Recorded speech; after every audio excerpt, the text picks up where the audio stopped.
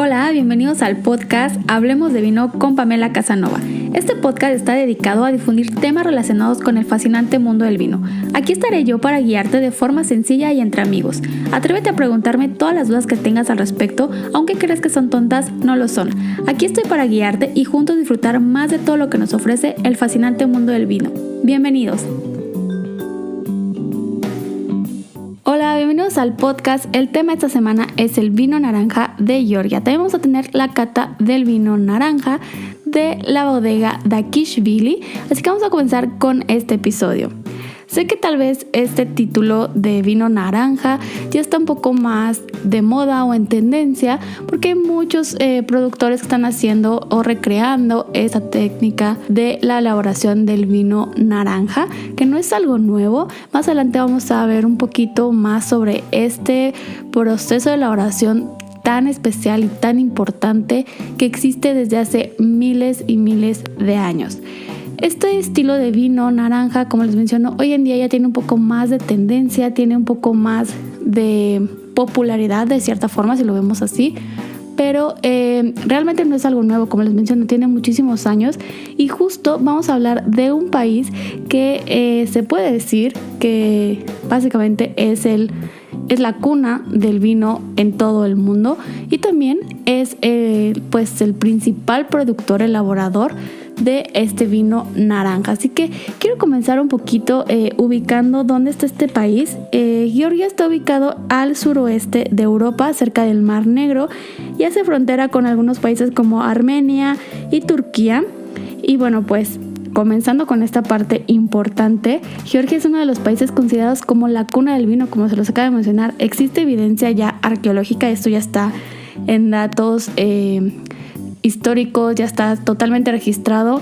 Desde hace aproximadamente unos 8,000 años se producía ya vino en esta zona, así que por eso es considerado como la cuna del vino. Adelantándonos un poquito en la historia y en algunos datos que a mí la verdad se me hacen muy interesantes y muy curiosos, y justo para este episodio me puse a leer muchísima información que hay en internet y también en muchísimos videos que encontré en YouTube sobre este gran país y la elaboración del vino, y encontré un dato que es un poco reciente, más o menos. Justo fue en el año 2013 donde la UNESCO dio a conocer que es patrimonio de la humanidad el método de elaboración del vino que se hace en Georgia. Un poquito más a la historia, en la época del Caucásico, estas tierras fueron un punto importante de muchísimas invasiones.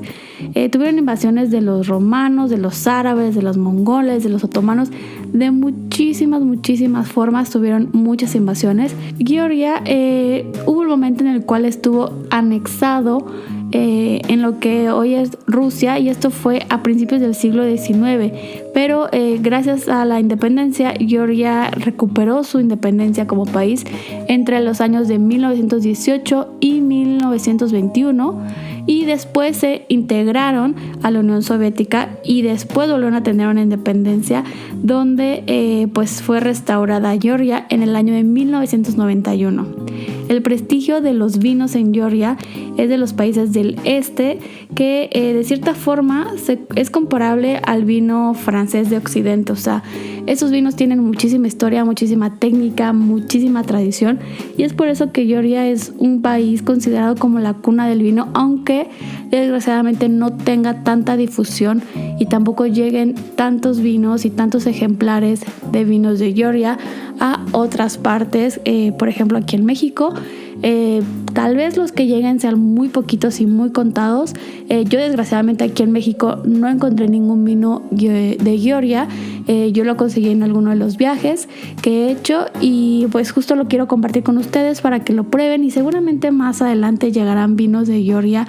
Alguna importadora seguramente tendrá ya algunas etiquetas en mente para traer, o ya hay algo aquí en México. Si ustedes saben de alguna bodega o de alguna distribuidora que traiga vinos de Georgia a México, déjenme en los comentarios para que les pueda compartir a todos ustedes qué vinos pueden probar, porque es un vino realmente muy interesante. Justo ya cuando tenían todas estas invasiones, el régimen soviético empezaba de cierta forma a coleccionar, a tener toda la zona de los viñedos, e hizo que Georgia fuera de cierta forma su proveedor más importante o su fuente de obtención de vino durante el Imperio comunista. Desgraciadamente, los soviéticos destruyeron muchísimos de los viñedos que tenían como los mejores paisajes. También muchísimas de las plantas de las vides más viejas también las destruyeron, y pues de cierta forma se perdió muchísima historia en la producción del vino.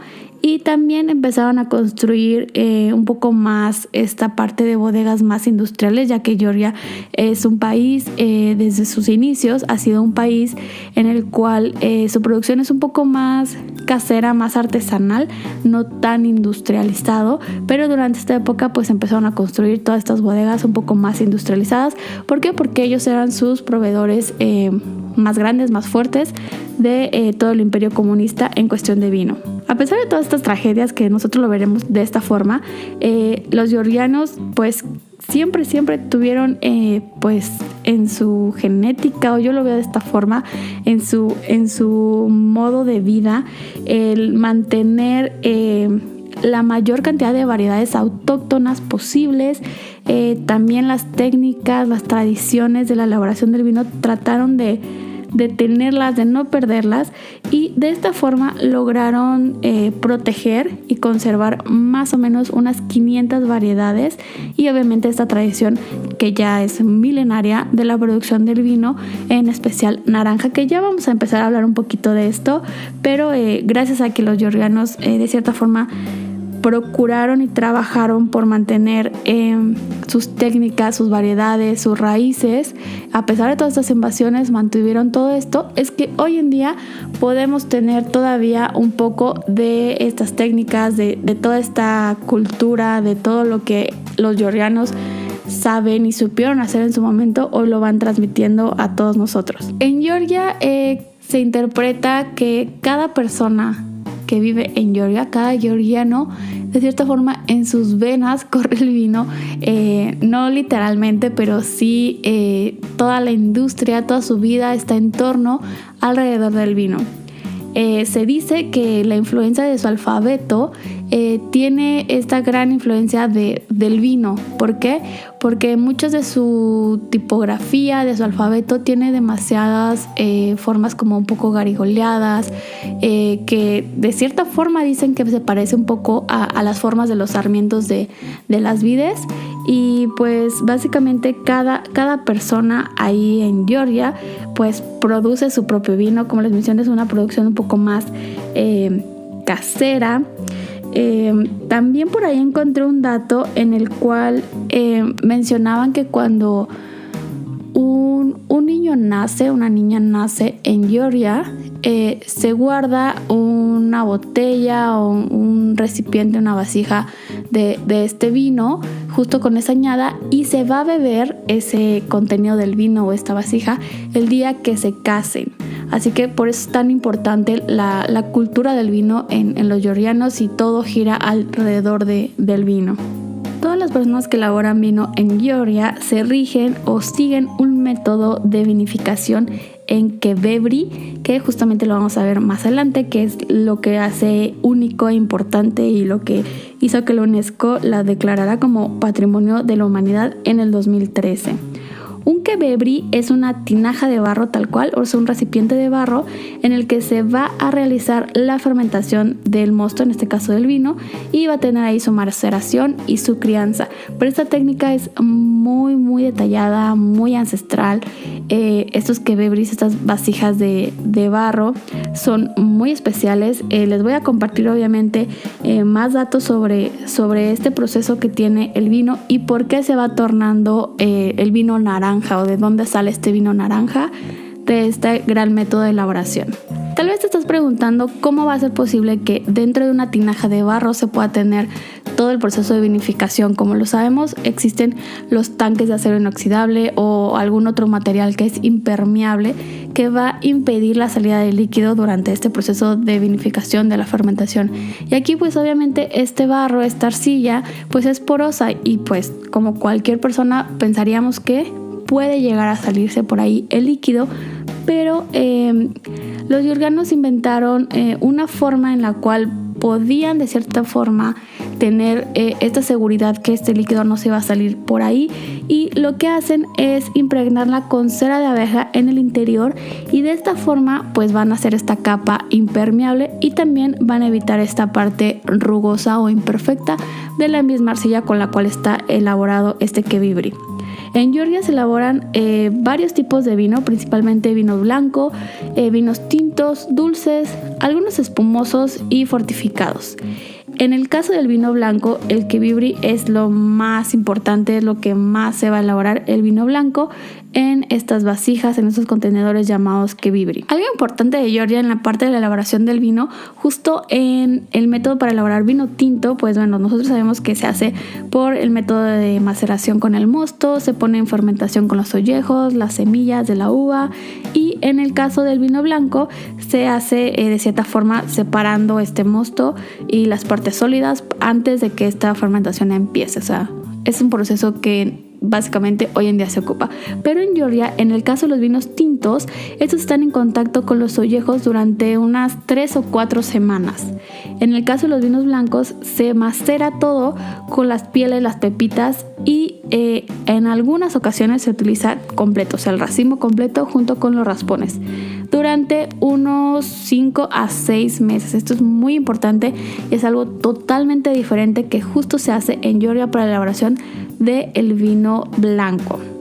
También se dice, y encontré por ahí en algunos datos en internet, que algunos vinos se mantienen ahí en este proceso de la maceración con todas las pieles, en el caso de vinos blancos, durante un aproximado de hasta 2 años. Así que también es ese proceso muy importante de la elaboración de los vinos blancos en Georgia.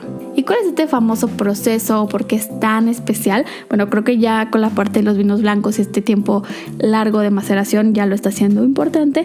Pero bueno, vamos a empezar un poquito a compartirles cómo se va haciendo esta parte. Y se pisa la vendimia de cierta forma en un lagar. El mosto de la flor va a ir fluyendo por gravedad a lo que es el Qvibri, esta vasija de barro. Y una vez que casi está lleno, se completa esta tinaja con los ollejos, las pepitas y los raspones, si es que se quiere poner estos raspones. Si no se va a poner estos raspones, se coloca un poco más de ollejos y de pepitas en la parte superior para de cierta forma llenarlo. Después de unos días, cuando ya esta fermentación de cierta forma ya está completada, ya esta transformación de azúcares en alcohol se completó, se va a cerrar este Qvibri con una tapa de piedra que se va a sellar de nuevo con arcilla y se va a cubrir con la tierra. La fermentación va a continuar dentro del Qvibri. Estas tinajas, algo muy importante, están enterradas bajo la tierra, así que los enólogos o las personas encargadas de hacer este vino no saben el resultado final de este vino, así que pueden tener desde un vino excelente hasta tener la mala fortuna de un vino que salga totalmente avinagrado. Es por eso que el Qvibri no se va a abrir hasta más o menos la primavera siguiente, y esto también influye en una filosofía oriental de no intervención, que básicamente esto va a volver loco a cualquier enólogo o encargado del vino que venga de Occidente. ¿Por qué? Porque no puede tener un monitoreo, un control constante del vino. Esta filosofía ha funcionado de maravilla. Al paso de unos 5 meses, este vino ya se va a tornar lo que nosotros pensaríamos como un vino oscuro, un vino sucio o inclusive avinagrado. Esa sería como nuestra lógica de lo que pasaría con este vino durante tanto tiempo.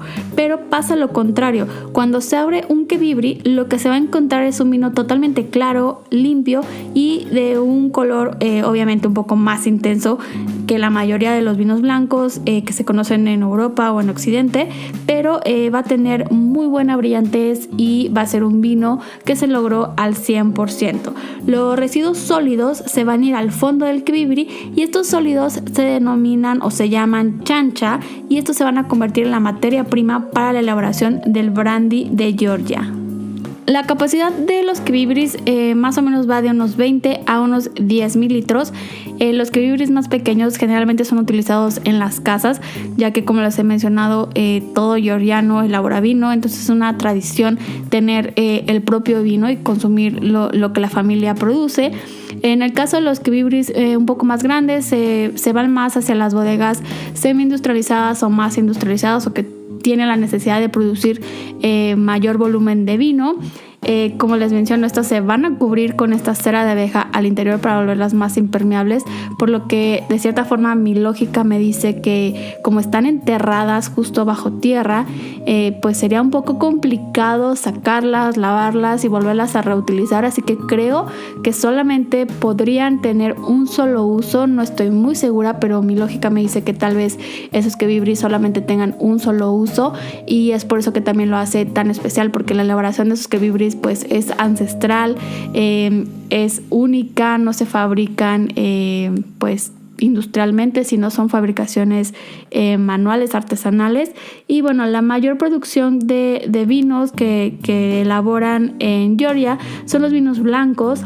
La región más importante, o la región vinícola, se llama Kajetia, que justo es de la región donde vamos a tener el vino de esta semana. Y también algo importante que se me olvida mencionarles son que estas ánforas, estos vasijas, estos quebibris, tienen unas 3 etapas, de cierta forma, si lo vemos así, en las cuales las ánforas van a estar selladas, y luego se hace estos trasvases, estas 3 etapas para trasvasarlo. La primera se hace en primavera, la segunda se hace en agosto, y la última se va a hacer en la vendimia, más o menos entre septiembre y octubre. Y estas obviamente van a estar enterradas, y lo único que va a sobresalir es como la parte superior, como la parte del cuello, la parte de la tapa de estas quebibris. Y la temperatura, al estar enterradas bajo tierra, pues va a tener una temperatura pues fresca, una temperatura constante, lo cual también va a ayudar muchísimo a la fermentación y a la evolución del vino que se está elaborando dentro de este quebibri. La inmensa mayoría de los vinos están elaborados por una viticultura convencional y suelen ser filtrados.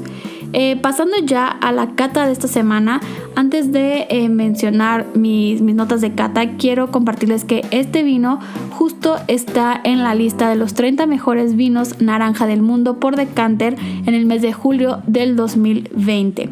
La bodega se llama Dakishvili Family Selection y es el fruto del dúo de la mancuerna que hace el padre de nombre Georgi y el hijo Temuri, los cuales elaboran estos vinos en la zona de quebibri, y principalmente siguen esta técnica de la utilización de los quebibris, y están ubicados en la región vinícola más importante de Georgia, que se llama Kajetia o Kajetia.